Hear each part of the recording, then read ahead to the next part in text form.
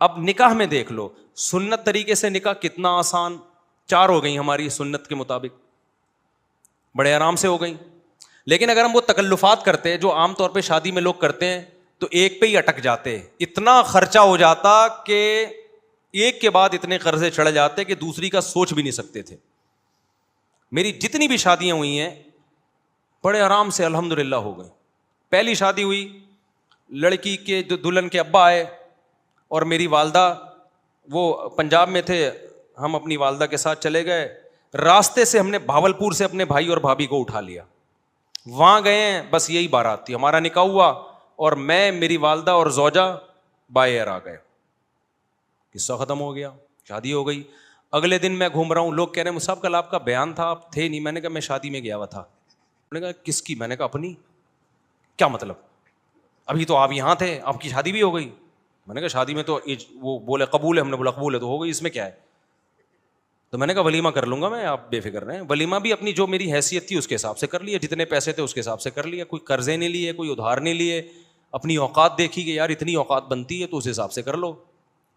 لوگوں نے تو باتیں بنانی ہوتی ہیں, لیکن جو مرغے کھا کھا کے آپ کے ولیموں کے لاکھوں روپے کے مرغے کھا کے, کیا وہ باتیں نہیں بناتے؟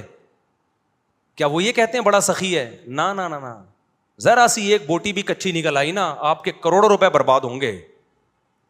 اور بھول جاتے ہیں 1.5 ہفتے 2 ہفتے بعد کہ کس نے مہنگا ولیمہ کھلایا تھا اور کس نے سستا. میں نے ایک چکن بریانی بنوائی تھی بس, میری گنجائش اتنی تھی. میں نے کہا اتنے آدمی یہ بریانی, اور منع کر دیا کوئی لفافہ نہیں لے کے آئے گا, کیونکہ لفافوں کا ٹرینڈ چل رہا ہے. لفافوں میں وہ لایا تو پھر آپ بھی لے کر جاؤ. ابے بھائی لو ہی نہیں, نہ لے کے جاؤ نہ لو. منع کر دیا کوئی لفافہ شفافہ نہیں ہوگا, تمیز سے کھاؤ, پتلی گلی سے نکلو. ایک نے کہا بوٹیاں گلی نہیں تھیں, ایک صاحب نے کہا صحیح طرح گلی نہیں تھیں. تو میں نے کہا ہمارے بس میں جتنا گلا سکتے تھے ہم گلا دیے بھائی, اس سے زیادہ ہم سے نہیں ہوتا تھا. کھانا ہے کھا, نہیں تو پتلی گلی سے نکل. تو پھر دوسری بھی ایسے ہی ہو گئی ہماری, وہاں بھی ایسا ہی ہوا. میں دوسری میں تو کوئی تھا ہی نہیں نا, وہ تو پکڑے جاتے تو پٹتے. دوسری میں تو اتنے افراد بھی نہیں تھے. دوسری جب ہوئی ہے تو میرے بھائی, میرا چھوٹا بھائی میرا ساتھ دے رہا تھا, 2-4 دوست میرا ساتھ دے رہے تھے. جب نکاح کا ٹائم تھا یہ بھی بھاگ گئے, ہاتھ پاؤں ان کے کانپنے لگے. انہوں نے بولا پکڑے تو پٹیں گے ہم, شادی تم کر رہے ہو, پٹیں گے کون؟ خاندان میں جب پتہ چلے گا کون کون تھا تو یہ تھا اور وہ تھا تو ہم بھی پٹیں گے. اب میں وحدہ لا شریک لہ ہو گیا, اس سینس میں نہیں کوئی فتویٰ لگا دو میرے اوپر, یعنی اکیلا ہو گیا میں نے 2-4 دوست ادھار لیے.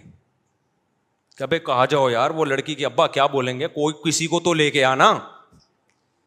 تو ہم گئے مسجد میں, ہمارا نکاح ہوا. اب رات کو رخصتی تھی, میں نے گھر سے شارٹ ہونا تھا, اماں کو کیا بتاتا کہاں جا رہا ہوں. اتفاق سے جمعرات تھی, مدنی مسجد بہترین کام آتی ہے ایسے موقع پہ, ٹھیک ہے نا. میرا بچہ ماشاء اللہ, بیٹھ جاؤ بیٹا, بیٹھ جاؤ میرا بچہ. تو جمعرات کو بہترین آپشن تھا میرے پاس کہ جمعرات ہے بھائی.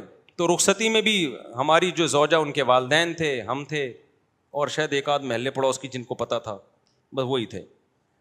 باقی جو ہمارے گھر والے تھے ان کے رشتے دار تھے. تو یہ ہمارا ہو گیا ولیمہ. 2 کمروں کا, 1 کمرے کا میں نے گھر لیا تھا, میری اوقات یہی تھی بھائی, اس سے زیادہ میری اوقات تھی نہیں. 1 کمرے کا گھر میں نے رینٹ پہ لیا, اس میں 1 کچن 1 واش روم, 2,500 اس کا کرایہ تھا. میں نے بتا دیا سسرال کو فی الحال میری یہی اوقات ہے بھائی, اگر آپ نے بھیجنا ہے تو اسی میں رہ لیں, جب اللہ تھوڑا آمدن اچھی کر دے گا تو ذرا اچھا گھر لے لیں گے. ان کو بھی اللہ نے شعور دیا تھا, انہوں نے کہا بھائی اچھا رشتہ, ان کے خیال میں اچھا رشتہ تھا, چلو بھائی اللہ مدد, توکل کیا اللہ پہ, تو ہماری شادی ہو گئی. جیسے جیسے بچے ہوتے گئے اللہ تعالیٰ مالی وسعت بھی دیتا چلا جاتا ہے. دیکھو ایک بہترین مثال دوں آپ کو, جہاں درخت زیادہ ہوتے ہیں نا بارشیں وہیں ہوتی ہیں. کیا خیال ہے؟ درخت کھینچتے ہیں بادلوں کو. اگر کوئی کہے یہاں درخت بارشیں تو ہوتی نہیں, درخت کیسے لگے گا, ابے تو لگا تو بارشیں شروع ہو جائیں گی. اب کوئی خاتون کہے بھائی میری تو چھاتیوں میں دودھ ہے نہیں, میں بچے کو دودھ کیسے پلاؤں گی, ابے پیدا تو کر, دودھ بعد میں آئے گا. تو جو لوگ کہتے ہیں نا ہمارے پاس پیسے ہی نہیں ہے, شادی کیسے کریں, بچے کیسے پیدا کریں, او بھائی پیدا کرو گے تو آئیں گے.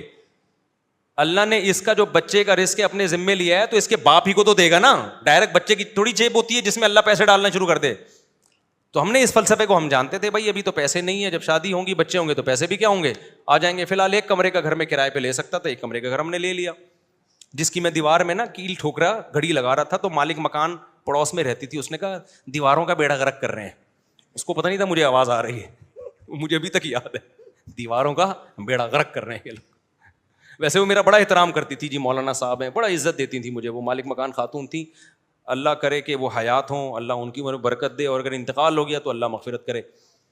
تو بڑا عزت دیتی تھی نا مجھے, مولوی صاحب ہیں ماشاء اللہ. ان کو نہیں میں نے بتایا تھا میری دوسری ہے, ورنہ کرائے پہ گھر ہی نہیں دیتے.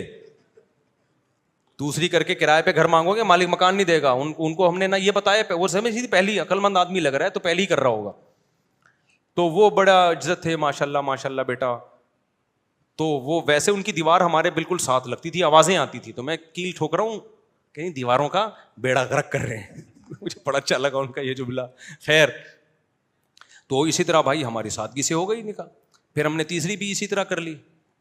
وہ کیسے ہوئی تھی ابھی مجھے ساری شادیاں یاد نہیں ہیں کہ پوری ڈیٹیل, وہ بھی ایسے ہی ہوئی تھی, بلکہ وہ تو اتنی آسان ہوئی تھی. ہم بیٹھے ہوئے تھے, تو جو ہماری زوجہ ان کے گھر والے تھے انہوں نے کہا کہ بھائی کیا خیال ہے, پھر مجھے پورا جو ہے نا معلومات لیں کیا آمدن ہے. میں نے کہا بھائی یہ ہماری آمدن یہ ہے ٹوٹل یہ ہے, تو اسی میں 2 ہیں تو اور چل ہی رہا ہے, اللہ کا شکر ہے. تو انہوں نے کہا بھائی بندہ, ان کا خیال تھا بندہ صاف بات کر رہا ہے, کوئی 2 نمبری نہیں ہے. تو وہ علماء کا خاندان تھا. وہ کون تھے؟ وہ علماء تھے. تو جب بات طے ہو گئی, انہوں نے کہا ہمیں قبول ہے. تو میں جب اٹھ کے جانے لگا تو انہوں نے کہا کہ بھائی ہم مولانا لوگ ہیں, ہم لوگوں سے کہتے ہیں کہ نکاح سادگی سے کرو, آسان بناؤ, تو اب یہ کیا کہ 6 مہینے بعد نکاح ہوگا اور یہ ہوگا. بس جب بندہ پسند ہے نا سب کو, انہوں نے کہا ہاں بھائی نکاح پڑھاؤ یار. میں ایک سول ڈریس میں تھا, یعنی ویسے جب بھی میری شادی ہوئی ہے سفید کپڑے نیل لگا کے, پگڑی نیل لگا کے, اتنا اہتمام میں نے کیا. یہی ہولیے میں گیا ہوں, کبھی کوئی اچکن شیروانی الگ سے, سینڈل الگ سے, ٹوپی پگڑی میں نے جب بھی شادی ہوئی ہے خریدے نہیں ہے. لیکن اس دفعہ تو میں اس ڈریس میں بھی نہیں تھا. تو انہوں نے کہا نکاح پڑھاؤ. میں نے کہا قبول ہے بھائی, پڑھا دو یار, ہمیں تو, مجھے تو بہت اچھا لگا یہ جملہ سن کے. تو پھر وہ ہوا کہ انہوں نے وہی مولوی صاحب ان کو بلایا, بھائی ادھر آؤ. اچھا, وہ جن مولوی صاحب کو بلایا نا, وہ بڑا دلچسپ واقعہ ہے. وہ جن مولوی صاحب کو بلایا ان سے میری 3-4 سال پہلے, یعنی یہ شادی جو ابھی ہونے جا رہی تھی اس سے 3-4 سال پہلے بحث ہوئی تھی 2-3 شادیوں پر. وہ تبلیغی جماعت کے تھے. اب پورا نہیں بتاؤں گا میں کون تھے, وہ چھوڑو, پھر وہ آپ سمجھ جائیں گے, مناسب نہیں ہے. میری بڑی بحث ہو رہی تھی کہ اس زمانے میں 3 شادیاں کرنی چاہیے. وہ کہہ رہے تھے نہیں 1 کرنی چاہیے. اس پہ بڑی ہماری نا 1 گھنٹہ ڈیبیٹ ہوئی کہ نہیں 2 نہیں کرنی چاہیے. کیا ہوا, فون کر کے جب بلایا نا تو وہی نکلے. ابے انہیں کہا تیری شادی ہو رہی ہے ہمارے ہی خاندان میں. ابے تو بڑا ہوشیار نکلا, ہمیں سمجھا رہا تھا اور ہمارے خاندان میں گھس گیا.